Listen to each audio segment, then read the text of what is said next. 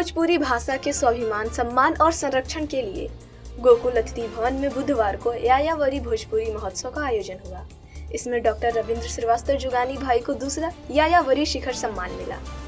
राष्ट्रीय और अंतर्राष्ट्रीय स्तर के भोजपुरी साहित्यकारों ने भोजपुरी को सम्मान दिलाने के बारे में विस्तृत चर्चा की। कार्यक्रम में बड़ी संख्या में देश विदेश से भोजपुरी प्रेमी शामिल हुए। बदकही, विचार, गीत, संगीत और संस्कृत ने महोत्सव को आकर्षक बना दिया। 11:30 से शुरू हुए कार्यक्रम में कुल 7 सत्र चले। पहला उद्घाटन सत्र था। भोजपुरी कहानी में स्त्री पात्रों की भूमिका पर दूसरा सत्र केंद्रित रहा, जिसमें सरोज सिंह, सत्यव्यास और विनीता परमार के बीच विशेष चर्चा हुई। तीसरे सत्र में गिरिजांश गोपालन, संजय सेफर्ड और वलीउल्लाह शेख ने विद्मिता के क्षेत्र में भोजपुरी की अहमियत बताई। भोजपुरी एलिट की माई भाषा के नाम पर नेह छो शीर्षक से चौथा सत्र चला, जिसमें राजेश मिश्रा, मुन्ना पांडे और संजय मासूम ने एलिट क्लास में अपनी भाषा से प्रेम पर भावनाओं का इजहार किया, साथ ही भोजपुरी का सामाजिक स्तर बताया। 5वें सत्र में बदकही के दौरान परितोष त्रिपाठी, अरुण गिरी, ओम दुबे और विमल चंद पांडे ने आपस में वार्ता की। कथा, कहानी और गीत संगीत पर छठा सत्र चला। इसमें प्रबुद्ध बनर्जी और मृत्युंजय कुमार सिंह के बीच रोचक बातचीत हुई। अंतिम सत्र में सृष्टि सिंह ने वीर कुंवर सिंह को समर्पित संगीतमय सत्र का आयोजन किया। आयोजन समन्वयक गौरव मणि त्रिपाठी ने बताया कि यायावरी भोजपुरी महोत्सव का यह दूसरा अध्याय है। गत वर्ष की तुलना में यह आयोजन ज्यादा भव्य रहा। उन्होंने बड़ी संख्या में प्रतिभाग करने तथा भोजपुरी महोत्सव सफल बनाने के लिए सभी को धन्यवाद दिया। Fortis memorial research institute Gurugram, Geetanjali store, Khadim Reti Chowk, Golghar अतरंगी कलाकारी प्रयोजक रहे। मुख्य अतिथि के रूप में राष्ट्रीय स्वयं सेवक संघ के पदाधिकारी मिथिलेश नारायण और विशिष्ट अतिथि और वरिष्ठ प्रभारी विजेंद्र नारायण थे। ये महोत्सव का उद्देश्य क्या है और ये कितने लोग इसमें शामिल थे? ये सबसे पहले तो है कि महोत्सव के मतलब ही होला कि महान उत्सव। अब महान उत्सव वह होला जिसमें ढेर से ढेर लोग, ज़्यादा से ज़्यादा लोग इकट्ठा हो सके आ वो उत्सव के मनावे। तो ये भोजपुरी जौन भाषा बा, ये भाषा हमनी के चूँकि कहीं ना कहीं लोग के दिमाग से उतर जाता। तो हमनी के महोत्सव के मेन उद्देश्य यह बा कि लोग ज़्यादा से ज़्यादा जुड़े हमनी के साथे, समझे कि हमनी के भाषा के का मतलब होला, उसे कितना हमनी के सम्मान मन में रखे के चाहिए।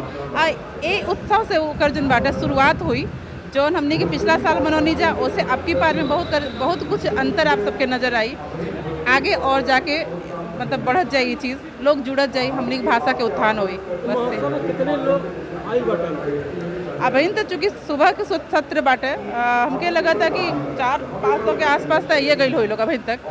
अभी और लोग अबा करी, अपने अपने काम से जैसे फुर्सत पाई सब जरूर आई। पूर्वांचल भोजपुरी के गढ़ माना जाला। पूरे देश में अलग अलग परिक्षेत्र से अलग अलग भाषा के एक स्थान बा, लेकिन भोजपुरी के अभी तक 8वीं सूची में नहीं बा।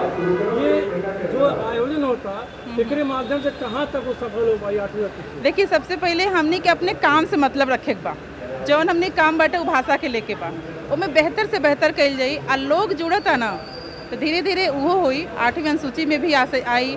लोग जानिए हमारे देश विदेश में कि भोजपुरी भाषा जन बा, चूँकि अभी मंच से आप सुन ले खब कि बहुत पुराना, जैसे हिंदी इतिहास हम नहीं जानते, हिंदी साहित्य के इतिहास के इतना पहले जन बाटे गद्य के रचना भइल है, लेकिन भोजपुरी के इतिहास कोनो कर नहीं है। ये कुआं हमें जो के शुरुआत नहीं अवधि में जान सकेला।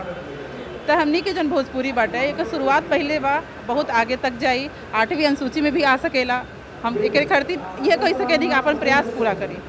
क्या नाम है? अच्छा, हमारा नाम सुधीर मिश्र बड़ी।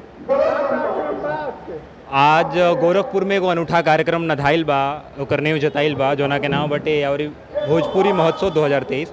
ये पिछलको साल भई रहे, पिछला 2 साल से हमने के कार्यक्रम के करावत तनी जा। एमे अलग अलग तरह के सत्र होला, गीत, सिनेमा, संगीत, साहित्य पर, कला संस्कृति पर बात विचार होला। 2 गो महत्वपूर्ण सत्र होला बाटे ए पारी, जोना में वीर कुंवर सिंह गाथा बाटे, प्रबुद्ध बनर्जी जौन की नेशनल अवार्डी बानी, वहाँ से सजल संगीत के महफिल सजी। ओकरा बाद ए साले जुगानी भाई जी के हमनी के यावरी शिखर सम्मान दिले बानी जा।